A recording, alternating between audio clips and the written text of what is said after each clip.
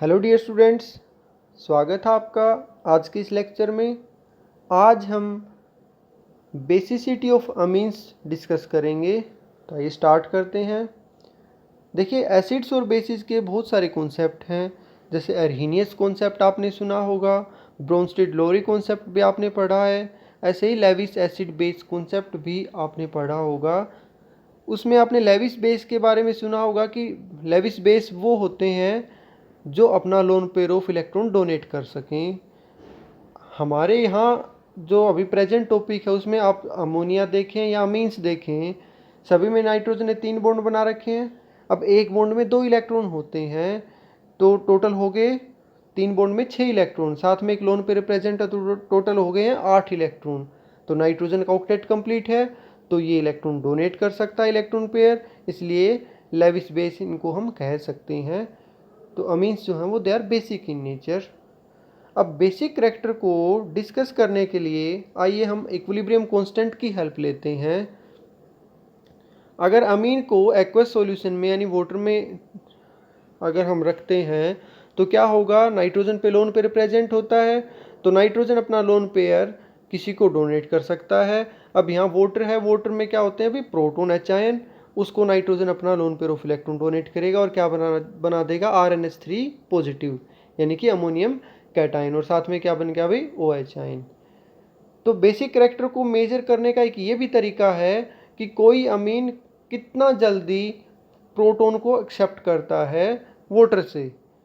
उसके लिए हम इक्विलिब्रियम कांस्टेंट की वैल्यू देखेंगे। इक्विलिब्रियम कांस्टेंट कैसे डिटरमाइन किया जाता है भाई, इक्विलिब्रियम कांस्टेंट के लिए प्रोडक्ट की कंसंट्रेशन ऊपर लिखी जाती है डिवाइड बाय रिएक्टेंट की कंसंट्रेशन। यूजुअली सॉल्यूशंस में वाटर, एक्वा सॉल्यूशन में वाटर क्या रहेगा एक्सेस में, जब वाटर की अमाउंट ज़्यादा है तो उसकी कंसंट्रेशन ऑलमोस्ट कांस्टेंट रहेगी, कोई फ़र्क नहीं आएगा, तो वो कांस्टेंट है, तो उसको हम लेफ्ट साइड ले आएंगे के इक्विलिब्रियम इनटू वाटर। अब दो कांस्टेंट के भी कांस्टेंट है, साथ में वाटर की कंसंट्रेशन भी कांस्टेंट है, ये दोनों मिलके एक नया कांस्टेंट बन जाएगा, उसको हम बोलेंगे के बी। इसको हम बेसिसिटी कांस्टेंट बोलते हैं। अब आप देख सकते हैं कि अगर के बी की वैल्यू ज़्यादा कब होगी, जब न्यूमरेटर में यानी RnH3 प्लस इसकी वैल्यू जब ज़्यादा होगी तो के बी की वैल्यू भी ज़्यादा होगी, यानी न्यूमरेटर ज़्यादा होना चाहिए। और न्यूमरेटर ज़्यादा कब बनेगा, यानी RnH3 प्लस ज़्यादा कब बनेगा, जब अमीन जो हैं वो ज़्यादा प्रोटॉन एक्सेप्ट करेंगे, तभी तो RnH3 पॉजिटिव बन पाएगा। इट मीन्स के बी की वैल्यू का डायरेक्ट रिलेशन है किससे है, अमीन्स की बेसिसिटी से। जितनी ज़्यादा अमीन की बेसिसिटी होगी उतना ही के बी की वैल्यू भी ज़्यादा आएगी। यूजुअली के बी की वैल्यूज़ 10 की पावर्स में होती है, तो उस 10 की पावर को ख़त्म करने के लिए क्या करते हैं, अगर हम लॉगरिथम ले लें और साथ में उसका माइनस साइन ले लें, नेगेटिव लॉगरिथम माइनस लॉग के बी, तो इस पैरामीटर को हम बोलते हैं पी के बी। अब क्योंकि के बी के लिए हमने क्या कहा था कि जितना के बी की वैल्यू ज़्यादा होगी बेसिसिटी उतनी ही ज़्यादा होगी, बट पी के बी में हमने क्या किया, के बी का लोगरिथम लिया और इसके साथ माइनस साइन लगा दिया, तो चीज़ें अब रिवर्स हो जाएंगी कि जिसका पी के बी वैल्यू ज़्यादा होगा उसकी बेसिसिटी कम होगी, और जिसकी पी के बी वैल्यू ज़्यादा होगी वो मतलब जो है वो वीक बेस होगा। क्लियर। तो कुछ एग्जांपल्स देखते हैं। यहाँ मैंने कुछ एक अमीन्स की जो है के बी और पी के बी वैल्यू लिखी हुई है। अब देख सकते हैं के बी वैल्यू 10 की पावर्स में है, इसलिए इजी तरीका है पी के बी वैल्यू देखने का। अब मिथाइल अमीन्स में देखें, मिथाइल अमीन डाईमिथाइल और ट्राईमिथाइल में 3.34, 3.27 और 4.20। अगर इनको हम अमोनिया से कंपेयर करें तो इन तीनों की पी के बी वैल्यू अमोनिया से क्या कम, इट मीन्स ये अमोनिया से स्ट्रोंगर बेस होंगे, एक चीज़। दूसरी चीज़, अगर हम मिथाइल अमीन को आपस में देखें तो डाई मिथाइल अमीन की पी के बी वैल्यू कम है 3.27, तो मतलब इन तीनों में से स्ट्रोंग बेस कौन है, सेकेंडरी अमीन। सिमिलरली इथाइल अमीन में भी आप देख सकते हो डाई इथाइल अमीन की जो पी के बी वैल्यू है वो बाकी दो से कम है, तो इथाइल अमीन्स में सेकेंडरी अमीन स्ट्रोंगर बेस रहेगा। बाकी और एग्जांपल्स भी नीचे लिखे हुए हैं, सेम तरीके से उनमें भी ये चीज़ देखी जा सकती है। अगर हम एरोमेटिक अमीन्स की बात करें तो उनमें भी बेसिसिटी जो है वो पी के बी वैल्यू की से आप कंपेयर कर सकते हो। मैंने कुछ एग्जांपल्स लिखे हुए हैं, यहाँ पे अलग अलग जैसे एनिलीन है उसकी पीकेबी वैल्यू 9.13 है। फिर अगर नाइट्रोजन पे मिथाइल ग्रुप लगाते चले जाएं तो पीकेबी वैल्यू में और फर्दर चेंज आता चला जाएगा। आइए अब हम देखते हैं कि कौन कितना स्ट्रोंग बेस है, किससे ज़्यादा स्ट्रोंगर है। तो अगर हम एलिफेटिक अमीन्स की बात करें तो वो अमोनिया के कंपैरिजन में स्ट्रोंगर बेस होते हैं। क्यों होते हैं अभी आगे अगली स्लाइड में हम देखेंगे। और एरोमेटिक अमीन्स जो होते हैं वो अमोनिया से वीकर बेस होते हैं, जबकि मिक्स्ड सेकेंडरी और टर्सरी अमीन्स जो हैं वो एरोमेटिक अमीन्स के कंपैरिजन में स्ट्रोंगर बेस होते हैं। तो सबसे पहले हम देखते हैं अभी एलिफेटिक अमीन्स को कि एलिफेटिक अमीन्स में कौन स्ट्रोंगर होता है। तो यहाँ आप देख सकते हैं एलिफेटिक अमीन्स में प्राइमरी अमीन में एक अल्काइल ग्रुप है, सेकेंडरी अमीन में 2 अल्काइल ग्रुप और टर्सरी में 3 अल्काइल ग्रुप हैं। अल्काइल ग्रुप क्या होता है? Electron donating. तो इलेक्ट्रॉन डोनेटिंग ग्रुप क्या करेगा? इलेक्ट्रॉन डोनेट करेगा। मीन्स नाइट्रोजन पे लोन पेयर बहुत इजीली उपलब्ध होता चला जाएगा और वो उतना ही अच्छा बेसिक हो जाएगा नेचर का। तो आप कह सकते हैं यहाँ से कि टर्सरी अमीन जो है, क्योंकि उसमें 3 आर ग्रुप लगे हुए हैं तो उसमें नाइट्रोजन के ऊपर लोन पेयर इजीली अवेलेबल होगा। तो बेसिक करैक्टर जो है वो इस तरीके से रहेगा कि टर्सरी सबसे ज़्यादा, फिर सेकेंडरी, फिर प्राइमरी अमोनिया अमीन और फिर लास्ट में अमोनिया। अब हम देखते हैं ये जो ऑर्डर अभी हमने देखा ये था भी नॉन एक्वस सॉल्वेंट में और गैसियस फेज में। अगर एलिफेटिक अमीन्स को हम एक्वस सॉल्यूशन में देखते हैं तो ऑर्डर जो होगा वो चेंज होगा। और ये इंपॉर्टेंट क्वेश्चन है, पेपर में ज़रूर पूछा जाता है 3 या 5 मार्क्स में कि discuss the basicity of aliphatic amines in aqueous solution. और एलिफेटिक में भी 2 पर्टिकुलर एग्जाम्पल हैं, मिथाइल अमीन्स और इथाइल अमीन्स। तो एक्वस सॉल्यूशन में ये पाया गया है कि सबसे स्ट्रोंगर बेस होता है सेकेंडरी अमीन। प्राइमरी और टर्सरी सेकेंडरी के कंपैरिजन में वीक होते हैं।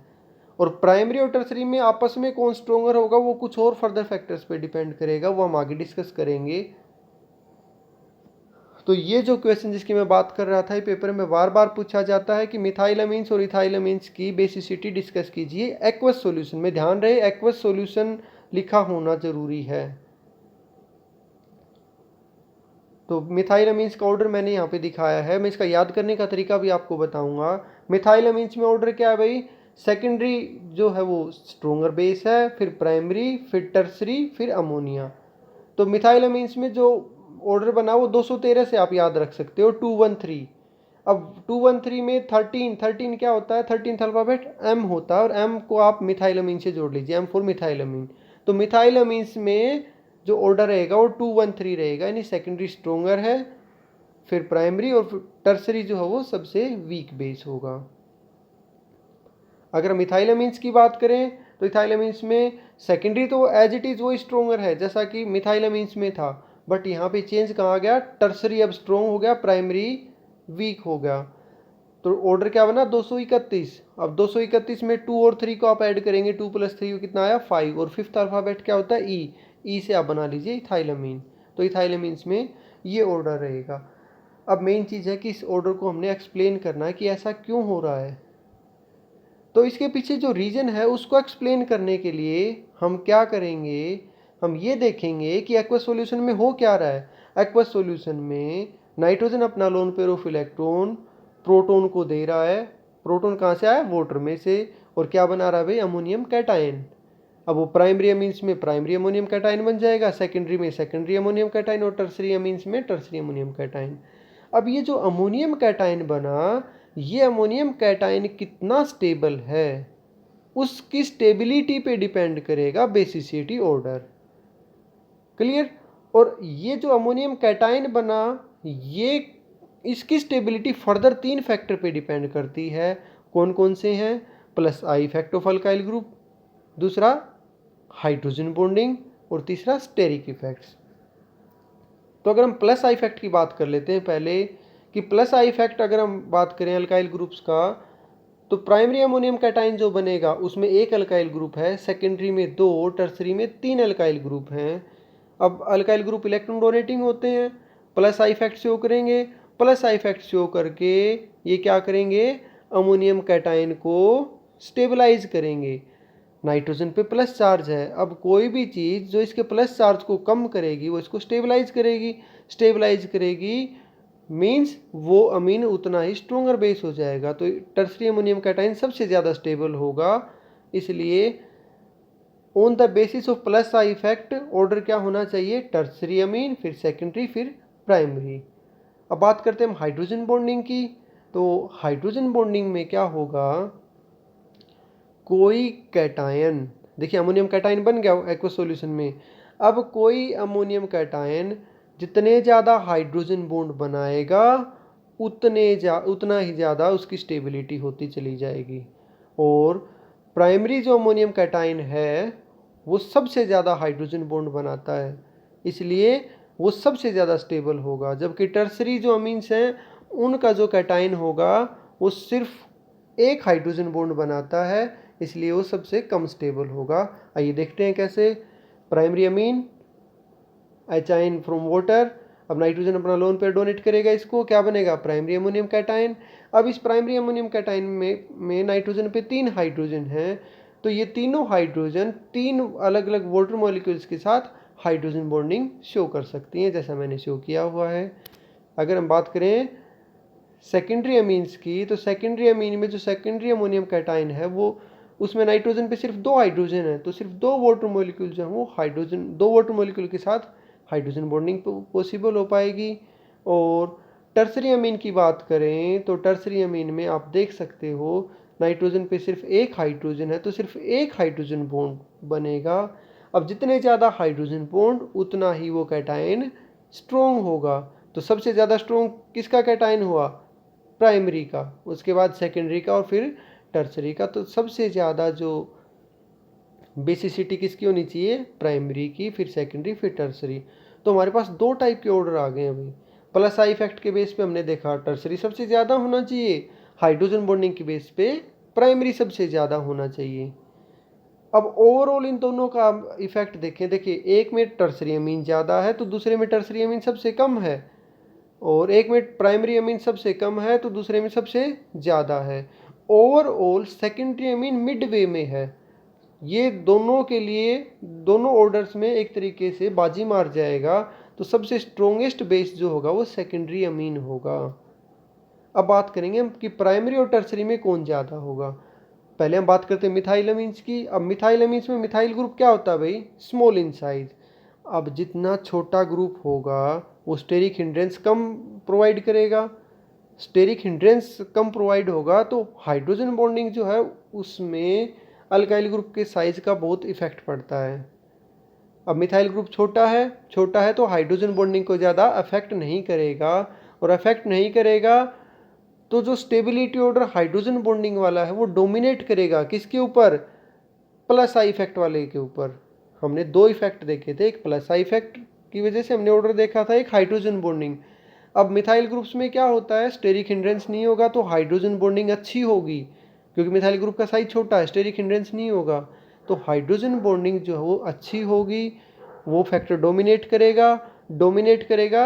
अब हाइड्रोजन बॉन्डिंग की वजह से कौन सा अमीन ज़्यादा बेसिक था, प्राइमरी।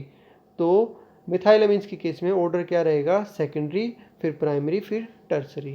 क्लियर। दूसरी तरफ इथाइल अमीन्स में क्या हो जाता है, इथाइल अमीन्स में अल्काइल ग्रुप आ गया। अल्काइल ग्रुप कौन सा, इथाइल आ गया तो क्या होगा, हाइड्रोजन बॉन्डिंग के लिए स्टेरिक हिंड्रेंस आ जाएगा। तो इसका मतलब हाइड्रोजन बॉन्डिंग वाला फैक्टर कमज़ोर पड़ जाएगा। तो स्ट्रोंगर फैक्टर कौन सा रहेगा, आई इफेक्ट वाला। तो आई इफेक्ट डोमिनेट करेगा, और आई इफेक्ट किसके लिए ज़्यादा होता है, टर्सरी के लिए। इसलिए इथाइल अमीन्स में टर्सरी स्ट्रोंगर बेस रहेगा प्राइमरी के कंपैरिजन में। बहुत इम्पोर्टेंट है, पेपर में बार बार पूछा जाता है, इसलिए ज़रूर पढ़ना है। और फिर बता रहा हूँ कि अगर गैसियस फेज या नॉन एक्वस सॉल्वेंट की बात की जाए तो नॉन एक्वस सॉल्वेंट में कैटायन की हाइड्रोजन बॉन्डिंग की बात नहीं होगी, सिर्फ और सिर्फ प्लस आई इफेक्ट की बात रहेगी। और प्लस आई इफेक्ट के बेस पे हम पहले ही देख चुके हैं, टर्सरी सबसे ज़्यादा स्ट्रोंगर होता है, फिर सेकेंडरी, फिर प्राइमरी, और अमोनिया सबसे वीक बेस होता है। इम्पोर्टेंट क्वेश्चन है। लास्ट है basicity of alkyl amines. Alkyl का मतलब क्या होता है, अराइल ग्रुप भी लगा हुआ है और अल्काइल ग्रुप भी लगा हुआ है। तो अल्काइल अमीन्स जो हैं वो अल्काइल अमीन्स के कंपैरिजन में वीकर बेस होते हैं। मैंने बीच में शो किया हुआ है कि अल्काइल अमीन और दूसरी तरफ अल्काइल अमीन। तो अल्काइल अमीन कैसे बना, हमने अल्काइल अमीन के CH3 का एक हाइड्रोजन हटा के उसकी जगह C6H5 यानी कि अराइल ग्रुप लगा दिया है। तो पी के भी वैल्यू देखिए, अल्काइल अमीन की क्या है, कम है, तो वो स्ट्रोंगर बेस होगा। अब इसके पीछे वजह क्या होगी, वजह ये होगी कि जो अराइल ग्रुप हम अटैच करेंगे वो अराइल ग्रुप क्या करेगा, माइनस आई इफेक्ट शो करेगा। माइनस आई इफेक्ट शो करेगा तो नाइट्रोजन के लोन पेयर को अपनी तरफ खींचेगा। तो नाइट्रोजन का लोन पेयर इजीली अवेलेबल नहीं होगा डोनेशन के लिए, तो बेसिक करैक्टर डिक्रीज हो जाएगा। साथ में ये जो अराइल ग्रुप हम जोड़ रहे हैं, ये अराइल ग्रुप नाइट्रोजन से कितना दूर है उसके ऊपर भी बेसिसिटी डिपेंड करेगी। जैसे 3 एग्जाम्पल लिए मैंने, लास्ट में तो बेंजाइलामीन दिखा रखा है, फिर क्या हुआ, एक CH2NH2 और बेंजीन रिंग के बीच में एक CH2 ग्रुप और आ गया बीटा फिनाइल इथाइलामीन में। और जो पहला एग्जाम्पल दिखा रखा मैंने, उसमें नाइट्रोजन और बेंजीन रिंग के बीच में 3 CH2 ग्रुप हैं। तो आप देख सकते हो कि अराइल ग्रुप पहले केस में NH2 से ज़्यादा दूर है, दूसरे केस में और नज़दीक आ गया, और बेंजाइलामीन में और भी नज़दीक आ गया। अराइल ग्रुप जितना नज़दीक होगा उसका माइनस आई इफेक्ट उतना ही ज़्यादा इफेक्टिव होगा नाइट्रोजन पे, उतना ही कम उस नाइट्रोजन के इलेक्ट्रॉन उपलब्ध रहेंगे डोनेशन के लिए, तो वो उतना ही कम बेसिक रहेगा। तो सबसे ज़्यादा बेसिक पहला रहेगा गामा फिनाइल एंड प्रोपाइल अमीन। तो ये था भी बेसिसिटी ऑर्डर, काफ़ी इंपॉर्टेंट है। आई होप आपको समझ आ गया होगा, इसको कर लेना। Thank you.